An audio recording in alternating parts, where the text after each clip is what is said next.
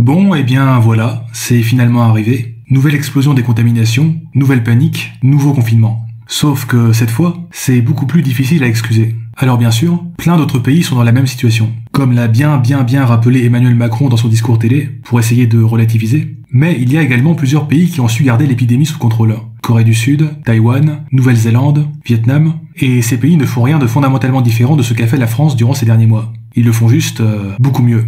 Alors, qu'est-ce qui nous empêche de faire aussi bien ? Bon, déjà, pour commencer, peut-être le fait qu'on parle extrêmement peu de ces pays en France, ou dans les pays voisins. Pas forcément en raison d'un diabolique complot des médias, mais plutôt, j'ai l'impression, parce que ça nous intéresse pas trop, au fond. Voilà, chacun fait sa petite gestion de crise sanitaire dans son coin. Mais ok, imaginons par exemple que tous les soirs, au journal de 20h, il y ait un reportage de 2 minutes montrant la différence de succès entre la France et ces pays-là, en termes de gestion de l'épidémie. Un segment qu'on pourrait appeler, je ne sais pas...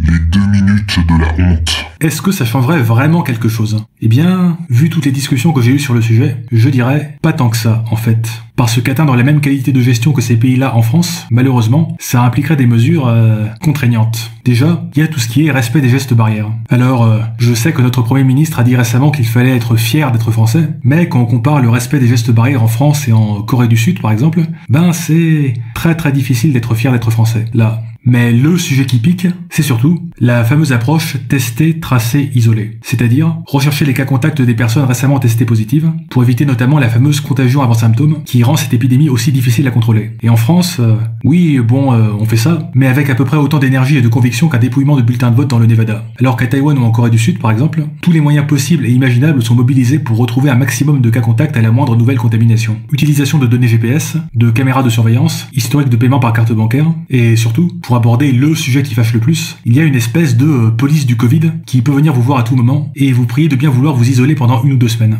Et refuser n'est pas vraiment une option. Et oui, tout ça, c'est un petit peu liberticide. Mais vous savez ce qui est encore plus liberticide ? Un confinement généralisé de plusieurs semaines, voire de plusieurs mois, avec une attestation à remplir pour la moindre sortie, et des peines d'amende voire de prison le cas échéant. On évoque souvent le risque de dérive autoritaire, mais encore une fois, niveau risque de dérive autoritaire, qu'est-ce qui est pire ? Le traçage cuir-moustache à la sud-coréenne, ou bien le confinement généralisé à la française ?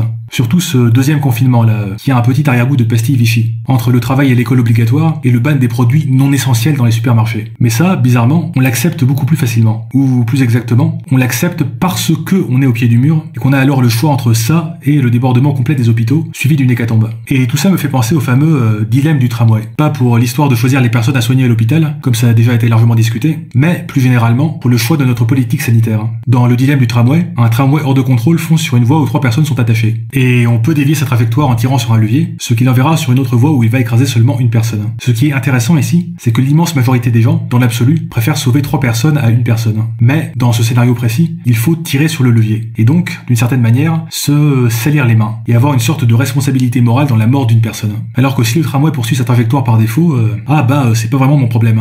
Et là, similairement, on a le choix entre une approche qui nécessite des mesures contraignantes et un peu liberticides, et une autre approche qui est pire sur tous les plans. Beaucoup plus contraignante et liberticide, mais aussi beaucoup plus de dégâts économiques, beaucoup plus de morts, sans parler des séquelles du Covid et des dégâts en termes de santé mentale. Sauf que la première approche nécessite d'agir préventivement, et donc, d'une certaine manière, de se salir les mains, en bafouant un peu nos principes de liberté, tout ça. Principes qui seront encore plus bafoués dans la seconde approche, sauf que là, on le fait parce qu'on est au pied du mur. Et donc, d'une certaine manière, on se sent moins responsable, parce qu'on a alors l'excuse de ne plus avoir le choix. Cette explication peut sembler un peu alambiquée, mais c'est vraiment ce qui ressort des conversations que j'ai eues avec mes congénères français sur le sujet. Des mesures préventives un peu liberticides, ça, pour beaucoup de gens, c'est non. C'est contraire à nos principes, ça ne doit même pas être une option sur la table, point final. Par contre, des mesures encore plus liberticides une fois qu'on est au pied du mur, ok, ça fait chier, mais comme on n'a plus le choix, au final, ça passe. Sauf que, en ne prenant pas de mesures préventives suffisantes, nous avons, d'une certaine manière, choisi de nous retrouver à nouveau au pied du mur et d'être à nouveau obligés de confiner. Et vu comme c'est parti, j'ai bien peur que ce confinement-là ne soit pas le dernier. Si rien ne change après ce confinement-là, on va encore se contenter de faire du traçage mou et approximatif, on va encore avoir une croissance exponentielle discrète, que personne ne remarquera au début, et dont on fera mine de s'étonner ensuite, puis re-panique,